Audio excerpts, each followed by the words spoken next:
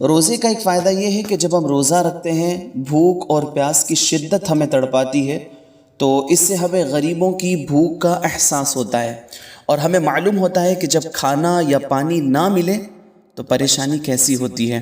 اور کسی پریشانی کا صحیح مداوع اسی وقت ہو سکتا ہے جب اس پریشانی کی سمجھ ہو، اور روزہ ایک بہترین موقع فراہم کرتا ہے ان پریشانیوں کو سمجھنے کا اور غریبوں کی مدد کرنے کا۔ یہی وجہ ہے کہ صدقہ فطر یا زکوٰۃ وغیرہ کے تعلق سے جو ہمیں کہا گیا کہ رمضان میں ہی ادا کر دی جائے تاکہ غربا کی مدد ہو سکے۔ روزہ ہمیں تمام برائیوں سے روکتا ہے، اچھے کاموں کا حکم دیتا ہے، صدقہ و خیرات کرنے کا، غریبوں کی مدد کرنے کا سلیقہ بتاتا ہے۔ یہی وجہ ہے کہ حضرت یوسف علیہ السلام قحط کے زمانے میں بادشاہ مصر ہونے کے باوجود بھی صرف ایک وقت کھانا تناول فرماتے تھے۔ لوگوں نے پوچھا آخر کیا معاملہ ہے، آپ پریشان رہتے ہیں، صرف ایک وقت کھانا تناول فرماتے ہیں، آپ کے لیے تو کوئی کمی نہیں ہے، آپ مصر کے بادشاہ ہیں۔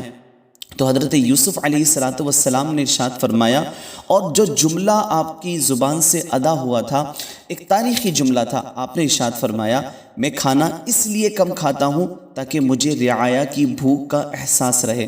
اگر میرا پیٹ بھرا ہوگا تو مجھے رعایا کی بھوک کا احساس نہیں رہے گا۔ اللہ اللہ، قربان جائیے حضرت یوسف علیہ السلام کی غریب پروری پر،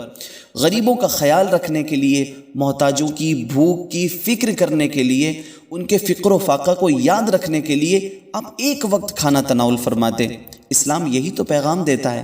یہی تو مذہب اسلام کا سبق ہے، غریبوں کی مدد ایسے کی جاتی ہے، غریب پروری اسے کہا جاتا ہے۔ روزہ ہمیں اسی غریب پروری کی ترغیب دیتا ہے۔ جب ہم بھوکے رہتے ہیں تو ہمیں یہ احساس دلاتا ہے کہ وہ ہمارا بھائی جو بھوکا ہے، جسے کھانا میسر نہیں ہے، جسے اور دوسری چیزیں کھانے کی نہیں ہوتی ہے، وہ بھوک کی تڑپ میں کیسا پریشان ہوتا ہوگا۔